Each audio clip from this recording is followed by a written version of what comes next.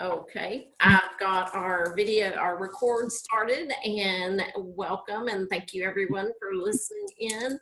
My name's Irene Gilliland. I'm a senior gold ambassador with Plexus, and this is our Diamond Dream Builders weekly call.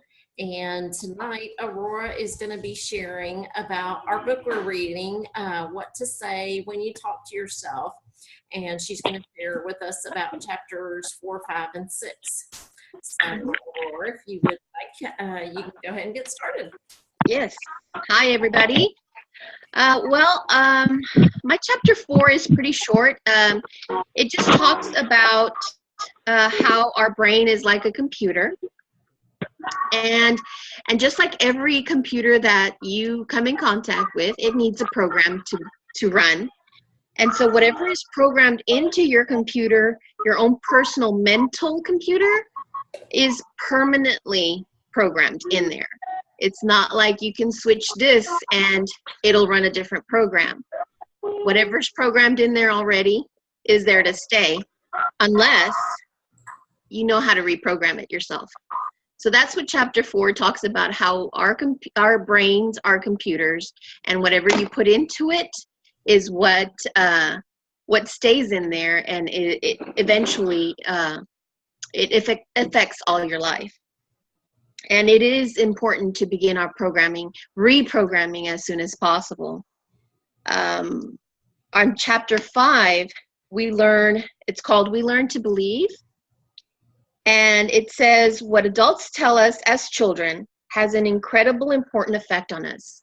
So much so that he goes into a couple of stories about himself, the author himself, and when he's 12 years old and he's in grade school and he wants to play an instrument. And he knew after he tried out, he didn't feel like he did very well. He says he knew he had not done well at all, but he stuck around. And after a while, the director comes out and is talking to his teachers, and he overhears him tell her that not only did he not play well, but he had no musical ability and would never be able to play a musical instrument. Imagine hearing that at 12 years old. How would that impact you? I've been musically inclined all my life. And I remember when I was in 6th grade, I wanted to play the trombone because it just seemed like such a neat instrument. And so the instructor told me, hey, listen, I think you would be great at playing the tuba. And I went, no. But because I was very shy and I didn't want to say no to the teacher, and I was always very polite, I said, okay, I'll give it a shot. And after a couple of weeks of playing this instrument that I didn't like, I said, I'm not happy. I don't want to be in band if I can't play the trombone. And he said, okay, don't get out of band. We'll switch instruments. And I was able to play the trombone, and I loved it. And I was first chair in all of junior high. And so this brought back a lot of memories for me, this story. And so for him, he accepted it as fact. When he heard it from the instructor telling his teacher, well, then it must be true. He believed it. It worked. Whatever came out of that teacher's mouth, instructor's mouth, must be truth, because he said it, right? And he's an instructor. He knows better. And later in life, he finally got up the courage to rent a piano and practice in private, because he was too scared to practice publicly or even play publicly around anybody. And so, but he finally figured out after, I don't know how many years, 20 years it was, that the instructor was wrong. He never developed that part of himself, that ability, because he stopped himself because of what he overheard somebody else say about him. And so that's one of the stories that's in the book about we learn to believe. We believe other people. We believe what they tell us about ourselves, because that's what we're trained to do from birth, right? You believe your mom, whatever she says goes. So, and there's another story in there that says about a little boy who overheard, this is on the other side of the I guess the spectrum. He overheard his neighbor tell his mom that that he was very creative. You know, when he grew up, he was going to become somebody who was very creative. And till this day, the kid grew up to be the dean of Walt Disney University and also the premier creativity trainer in the United States. Just from that one word that his neighbor saw in him and, you know, said, he's going to become great, you know, somebody very creative. And so he was, I'm like, just one little word and it'll change your life, you know, it'll dictate your life, basically. And I want to share a personal story. And I know I know some of y'all had gone to Sonia Dudley's talk there. Was it in Houston, Irene? I can't remember. Yeah, it was Houston. And yeah, and while I was there, I don't know if I had told you this, Irene, but I didn't want to get. Sonia Dudley split us up into couples. You know, find somebody that you don't know and talk with each other. And I'm like, I'm not going to do this. I don't feel comfortable. I don't know anybody here, and I don't want to get to know anybody else. That was my mentality at the moment. Sorry, my family's coming in. And I was ready to, you know, go hide somewhere in the bathroom when she said that. And a little voice in me says, you know what, Aurora, if you don't do this now, you're never going to do anything. You know? And so I got up, and as soon as I turned around, I think I ran into Shariah Gerst. I can't remember her name. Yes. Shariah Gerst. I ran into her and we sat down and we talked.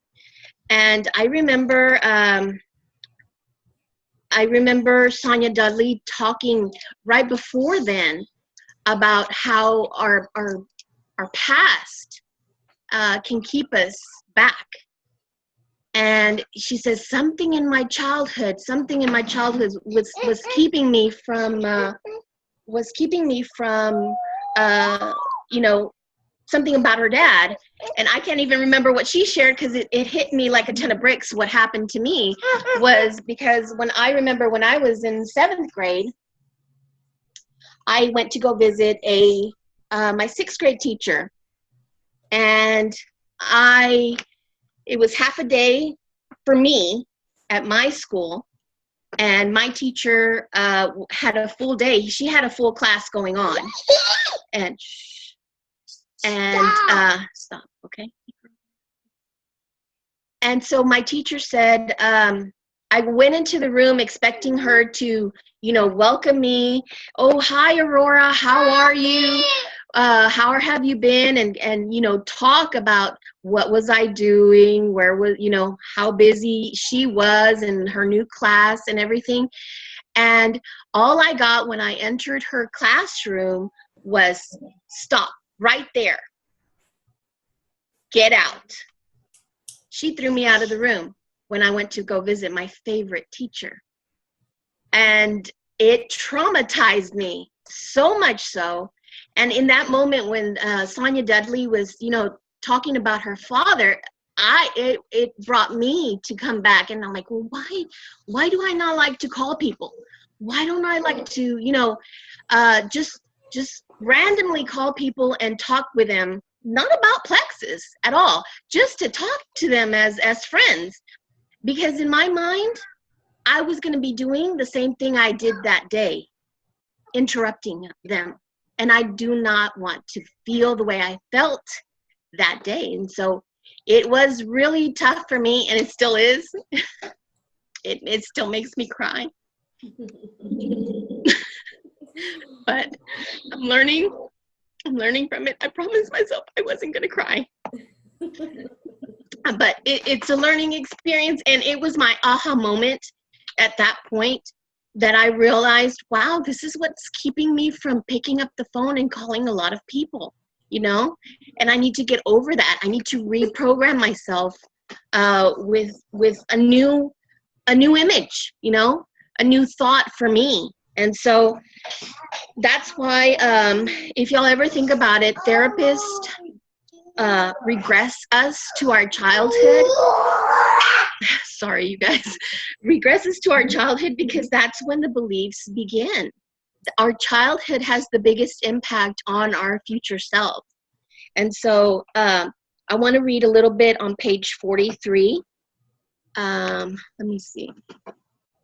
It says, as long as you and I allow others to program us in a way that fits their choosing, we are, without a doubt, out of control, captive to the whims of some unknown destiny, not quite recognizing that what hangs in the balance is the fulfillment of our own futures.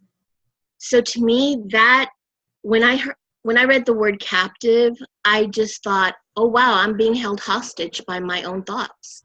You know, it's like I see these the TV, and it something was coming on. I can't even remember what show it was, and it was about a guy who was kidnapping women and sticking them in his basement, and then burying them underneath the basement. And I'm like, that was a strong image for me to tie with that word captive.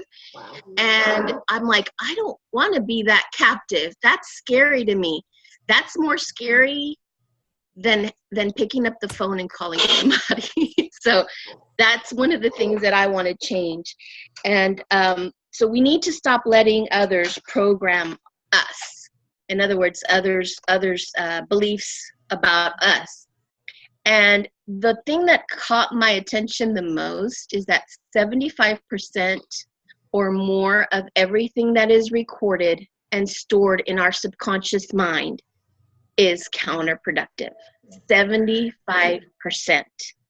That's a big chunk. And it works against us. And in short, we are programmed not to succeed. So when you say, wow, they made it big, what do they have that I don't have? That's part of it. That's 75%. It's still there. And I would like to ask everybody to ask themselves these questions. Do you want to live with a bad programming? No, I don't. And do you want to go through the rest of your life literally at the mercy of a program you don't want? I don't. And on page 45, you don't have to live with it. There is hope. And on page 45, it says, you already have all the necessary equipment. You were born with everything you needed to live your life in a most exceptional and worthwhile way. It makes no difference what you have thought or what you have done in the past. From this day on, you can, if you choose, change a little to gain a lot. And also, you can erase, on page 46, you can erase the old negative, counterproductive, work against you programming and replace it with a healthy, new, positive, productive kind of programming. And it's easy. It's called erase and replace. All you have to do is learn how to talk to yourself. And that's one of the biggest things that I have. I talk negatively to myself so much because that's all I hear all the time. So how does this translate into our business that we're in our, whether it's Plexus or whatever we're doing? And it means that basically you have to surround yourself with new programmers, you know, people that are going to be positive, uplift you. And I don't think I've ever run into a more positive group. When I first, and I don't know if I've shared this before, when I first got into Plexus, and I said, okay, you're going to do this, but you're not going to quit. Because I've been in a lot of MLM companies, and I've always quit. And when I started this, I said, okay, you're going in this, but you're not able to quit. You're not going to quit this one. You're going to make this one work. And so I'm sticking to it. So no matter what comes. And How can we start to reprogram ourselves? It's by showing up to this type of training. When Jana invites us to her house, yes, let's show up. It doesn't matter if we've already heard it all before. We need that reprogramming. Remember, we're trying to condense that 75% programming in our minds. We need to make that smaller. And in order to make that smaller, we need to make the other part bigger. And the only way we're going to get that part bigger is that positive part is to go to these positive meetings with other people, to be surrounded by people like Plexus people. That I haven't met a negative Nelly in here as yet. So I love Plexus. I love the people that are in it. So that was chapter 5. Now chapter 6 is called The Wall. And I'm like, the wall, really? What wall? What are you talking about? And in essence, we have built our own walls. We learn to talk to ourselves in a negative way. And I remember, speaking of this, Irene, when you had that one guy come over to your house, and he was telling us we actually move our tongues when we talk to ourselves. And I forgot about that until you reminded me. And after you said it, I had never forgotten it.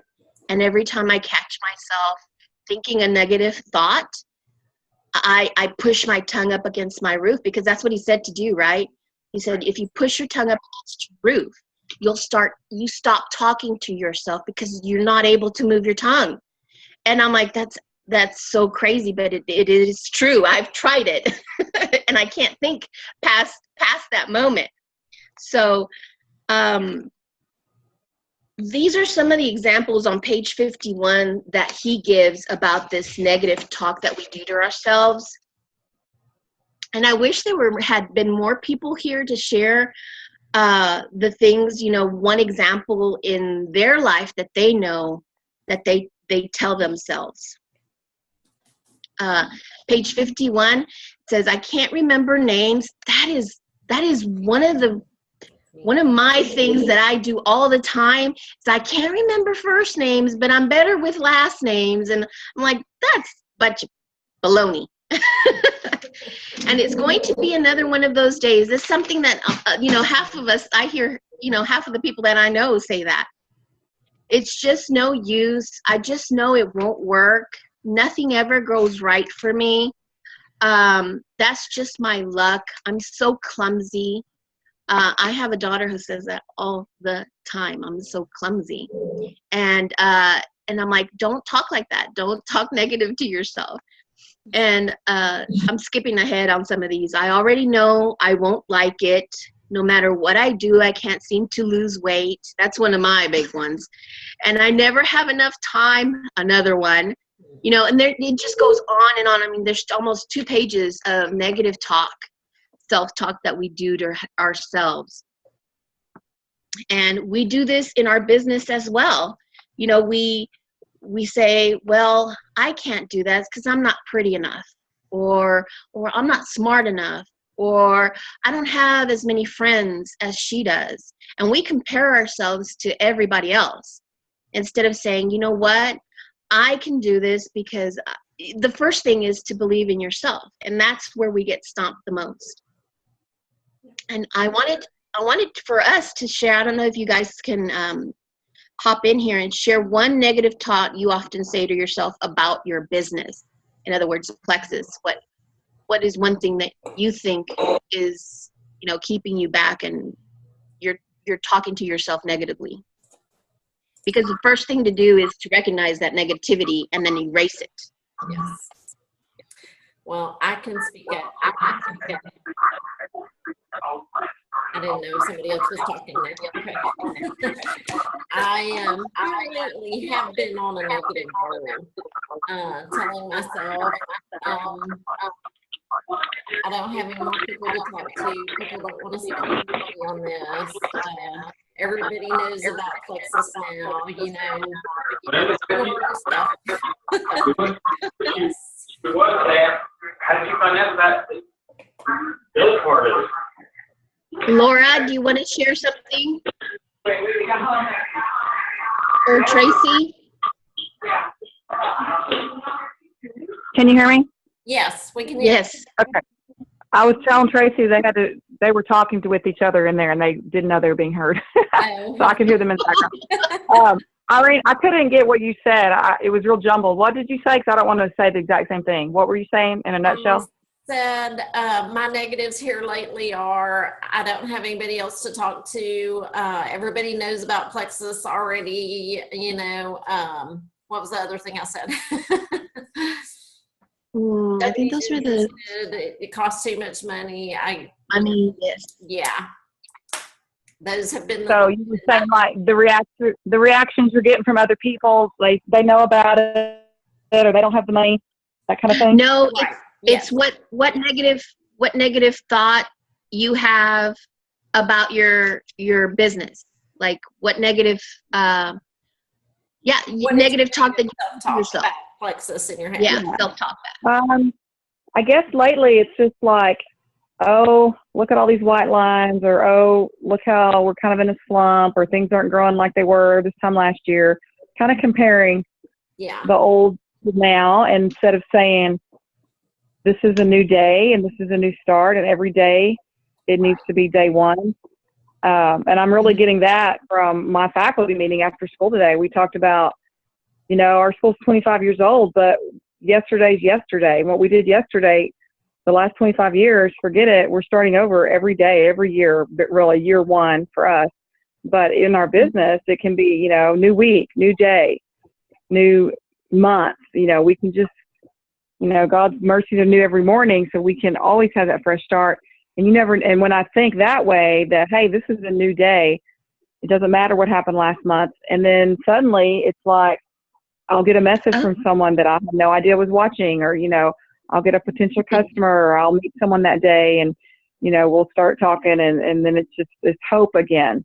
So I guess the negative mindset would be just thinking because of what's happened in the past, or because what's happening now isn't like what was in the past, then you just get stuck there and you feel like you're stuck, you're in a slump, white lines, this and that. So, you know, don't talk like that. Think, this is a new day. What can I go out and do? Who can I go out and help today? Because there's people that haven't heard of Plexus, even though we think everybody has. Right. There's people that need our stuff. Lots of people that need our stuff. Yeah. So turning that around. Speak life. Speak, you know, the good into your situation. Right. Yeah. And the reason I wanted everybody to share was not to get people down, like, oh my God, this is so depressing. No, it's because we need to see that everybody's in the same boat. We all have these thoughts. We're not alone in thinking negative about our business, about ourselves, and we can share those experiences with others, but don't let them drag us down. Right. You know? Yeah. And because every negative thought, if you think of a negative thought as being like a brick, and every negative thought you introduce into your mind is like a brick that you're building to build a wall. And that wall is what is stopping you from getting to where your goal is at. That's the way I see it. Every negative thought is you're helping to build a wall between you and what you want.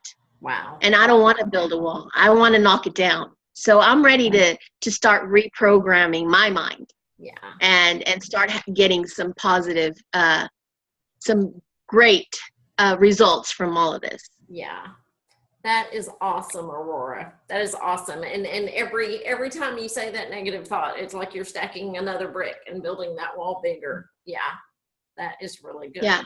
You know, I didn't catch where it said 75% of everything stored is unproductive, but it makes total sense. In reading this before, I've thought, I've felt everyone can use this. I know it's not just me that thinks this way, but that's pretty telling right there.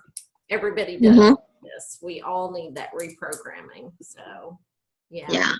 Very awesome. Yeah, when I read that statistic, I was like, wow, that's 3/4 of what's in my brain at all times. Right. I'm like, and I'm compared it to when they tell us about Candida, that we're supposed to be 20% bad and 80% good, and we're backwards. Yeah. Mm-hmm.